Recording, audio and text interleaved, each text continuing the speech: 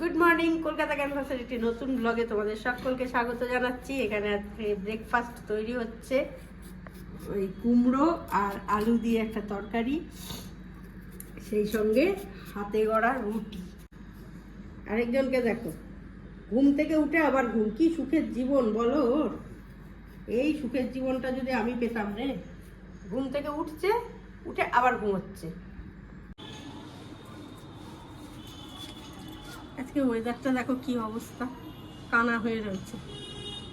মেঘলা weather না আমার একদম ভালো লাগে না। রোদ উঠলে আমি একটু চনমনে হয়ে যাই, আর মেঘলা হলে না আমার মনে হয় যেন আমি ওর মেঘলা হয়ে রয়েছি, লেতিয়ে আছি। ভালো লাগে। মেঘলা দিনে বেরিয়ে পড়ো গাড়ি নিয়ে, লং ড্রাইভ। চলো, অনেক দেরি হয়ে যাবে, নাহলে ব্রেকফাস্ট আর হবে না, লাঞ্চ হয়ে যাবে। যাই।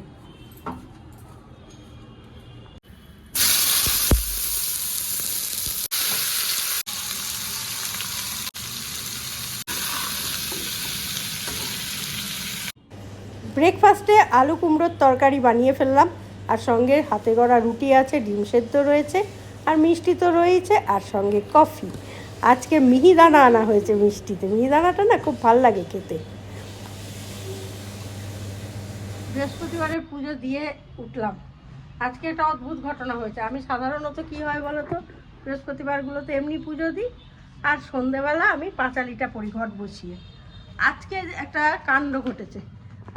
জল বোতলটা থেকে পড়ে গড়িয়ে ভিজে গেল সিংহাসনটা।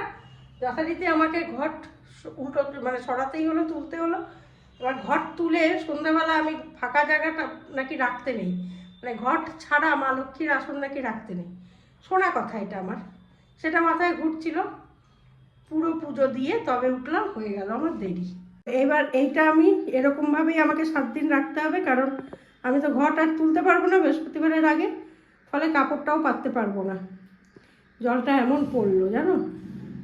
তো যাই হোক, আমার পুজোটা দেওয়া হয়ে গেল, এটা একটা ঠিক। কাজে এই কখন যে কি হয় কেউ বলতে পারে না।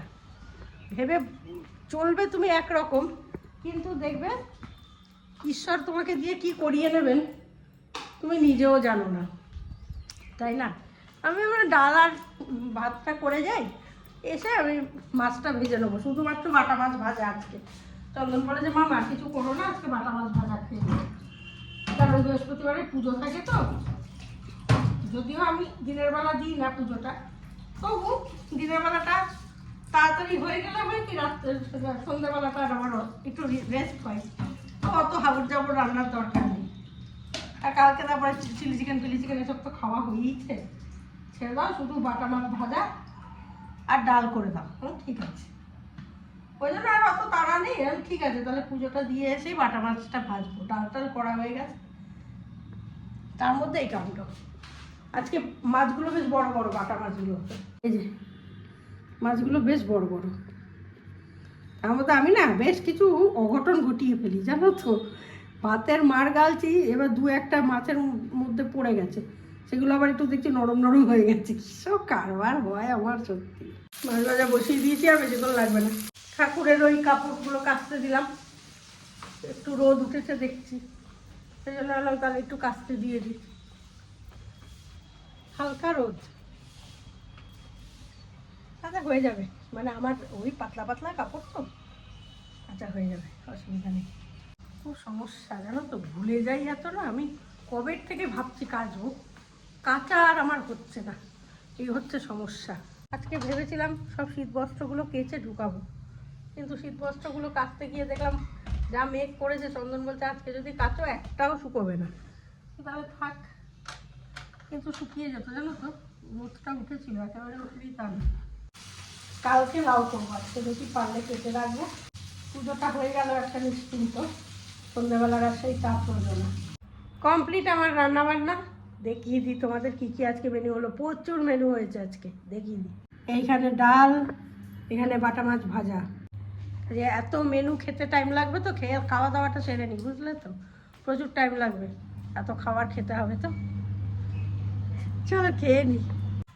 খাওয়া দাওয়া হয়ে গেছে, আবার একটু রেস্ট নেব, নিয়ে বিকালবেলা আবার ওটা। মশা ঢুকেছে কোথা থেকে দেখেছো? আচ্ছা বলো, একটু দরজাটা খুলে রাখলেই মশা ঢুকে, এত উঁচুতেও মশা, কি গো কি জ্বালাতন। তো যাই হোক, ভিডিও আমি এখানেই শেষ করে দিচ্ছি। আজকের হয়ে গেল মোটামুটি দিন শেষ। যদি ভালো লাগে লাইক শেয়ার কমেন্ট করো। আবার কালকের দিনের কাজকর্ম নিয়ে তোমাদের কাছে হাজির হব। আলো আর আলো দিয়ে তোমার খুশিটি নিয়ে প্রেম কেন তোল করে জানলাম। মনে হয় আজ আমি হাজার সূর্য ওঠা দেখলাম। মনে হয় আজ আমি হাজার সূর্য ওঠা দেখলাম। সবাই ভালো থাকো। আর লাইভে আমি আসবো খুব শিগগিরই, আর 2-1 দিনের মধ্যেই, কারণ এই গলার পরিস্থিতিটা আমার বেশ অনেক দিনই থাকবে, এর থেকে বেটার হবে না খুব শিগগিরই। তো তোমাদেরকে মিস করছি, মানে ওই আসরটাকে মিস করছি, লোভ ধরিয়ে দিয়েছো আমাকে, বুঝলে তো। তো সেই জন্য আমি লাইভে খুব শিগগিরই আসবো, যতক্ষণ পারবো ততক্ষণ থাকবো, তারপরে নয় আবার অফ করে দেবো, কিছু করার নেই, কিন্তু আসবো।